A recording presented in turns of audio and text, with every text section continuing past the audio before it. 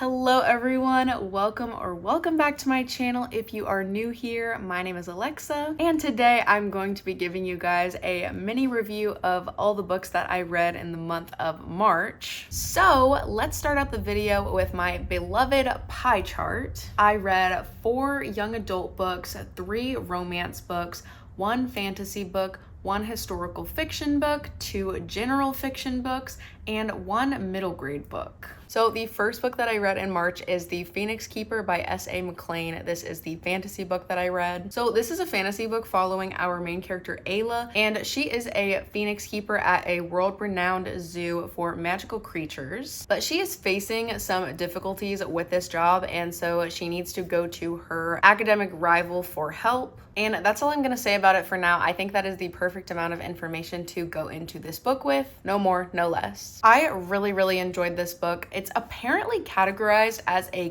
cozy fantasy, which I am not super familiar with. I don't think I've ever read a cozy fantasy before. Yeah, I don't think so. I don't really even read that much fantasy in general, so this was definitely something new for me, but I really did like it. What I will say about this book is that it brought back yearning. The slow burn was slower than a snail swimming in a river of molasses. If you haven't tried out a cozy fantasy, this is your sign to try out this cozy fantasy. I gave this book 4 stars. The next book I read is Deep End by Ali Hazelwood. This is Ali Hazelwood's most recent release. It just came out in February. It has these sprayed edges, which are unavoidable because every copy has these. I'd just like to publicly say that I don't like them, but I decided to look past it and read the book anyways. This is a college romance following a swimmer and a diver's relationship with each other. I think at this point in Ali Hazelwood's writing career, she now kind of has 2 different genres of books. She has her classic fluffy STEM romances, which, don't get me wrong, they are still like adult romances, but I feel like her newer books like Bride and Not in Love and Deep End are definitely in a different category than the other books that she has written. And to be honest, I feel like I've been liking this category of books a little bit more. It seems like the general masses don't really like them as much, but for whatever reason, I like them more. So that's just my opinion. But yeah, it's definitely kind of freaky, so do with that what you will. I gave this book 4 stars. The next book that I read is The Help by Kathryn Stockett. I remember seeing the movie like ages ago, but I didn't remember the story super well, so I've definitely been wanting to read this book for a while, and I'm so glad that I did. It is an important book that tells a story of racial inequality in an emotional and accessible way. I gave this book 4.5 stars. The next 3 books are all in a reading vlog that I will link in the description below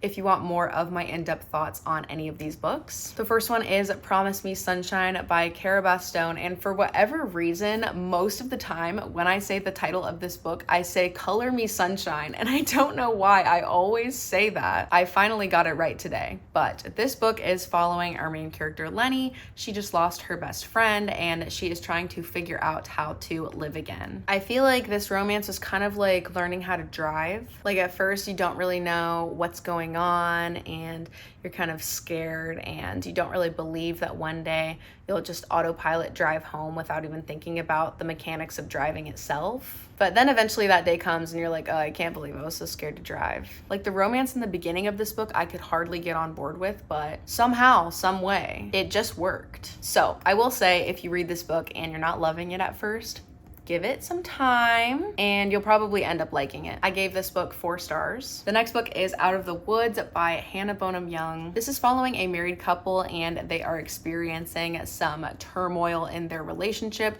So they go on a week-long wilderness expedition to reconnect and fall back in love, pretty much. I really loved this book. I think pretty much the only thing holding me back from giving it 5 stars was that there was a little bit of dialogue that I found kind of cringy. So that took me out of the book a handful of times, but a great romance book. I'm learning that I really like books where couples are already together. I don't find a lot of those, and so whenever I do, I usually find them pretty unique and interesting. I gave this book 4.5 stars. And the last book in that reading vlog is The Dream Hotel by Laila Lalami. This is kind of a sci-fi dystopic fiction book about a woman named Sarah who lives in a world where your dreams are monitored, and one of her dreams indicates that she is potentially going to cause harm to someone, so she is put in a retention center for 21 days to ensure that she does not act upon that potential harm. This was the Read with Jenna book club pick for March, and it is definitely my favorite so far this year. I feel like this book had a lot of interesting plot points and thought-provoking scenarios. I thought this book was good. I just kind of wish there was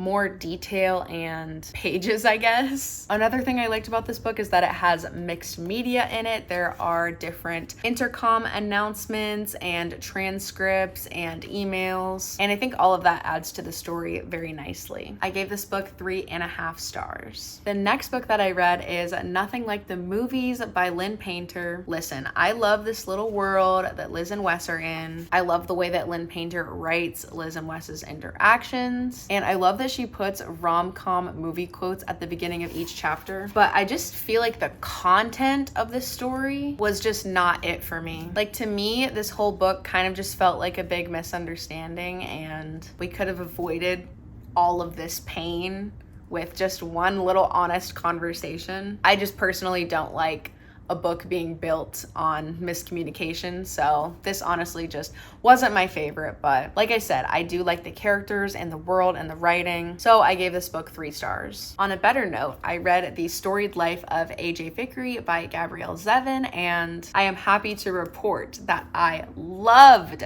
this book. Oh my gosh, I already want to reread this book. I think it's one of those books that you can reread multiple times and have different takeaways every single time. I also love when I pick up a book and inside of these pages is another fellow book lover like myself. If you don't know what this is about, it's following AJ Fikry, and he is going through a very rough time. And on top of all of those difficult things that he is going through, he now has a young child that has been left on his doorstep and is now in his care. So it's kind of just him trying to keep his head above the water and keep this child alive. And it kind of just turns into something unexpected in the most heartfelt and special way. Loved this book, gave it 5 stars. I'm really hoping that Gabrielle Zevin has more books. I've only ever heard of Tomorrow and Tomorrow and Tomorrow and this book. I would assume she probably has other books, but I've never heard anyone talk about them if she does. Gonna have to do my research after I finish filming this video. If Gabrielle Zevin has other good books out, please let me know. The next book that I read is The Wild Robot by Peter Brown. This book is following a robot named Roz who ends up on a wild island. She has